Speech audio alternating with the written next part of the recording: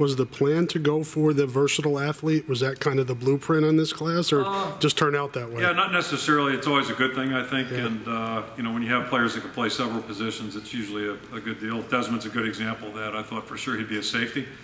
Still not sure he couldn't be, but he's done pretty well out there at the corner position.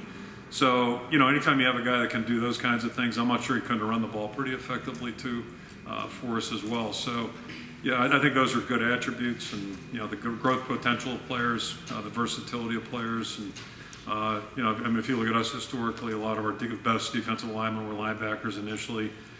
Chad Greenway was a safety who moved to linebacker right on through. So I think those kinds of things are healthy. You know, they really are healthy.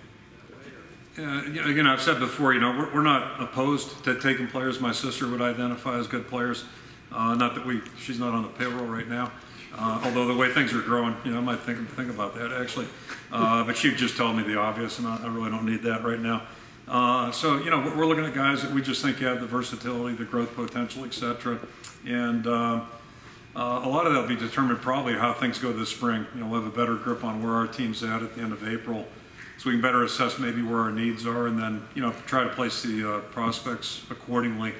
But ultimately, it's really going to be determined by what they do when they get on campus. And typically, you know, if a guy has a preference, that's where we'll start him positionally. If it's working out well, then, you know, there's no need to even address it. But if we see maybe that, you know, hey, maybe this it's worth talking about a position change or considering moving to a different spot, then we'll have that conversation. But we've already talked about that with most of the players you're probably referring to. And I think most of the guys coming in just have good attitudes. They want to help any way they possibly can.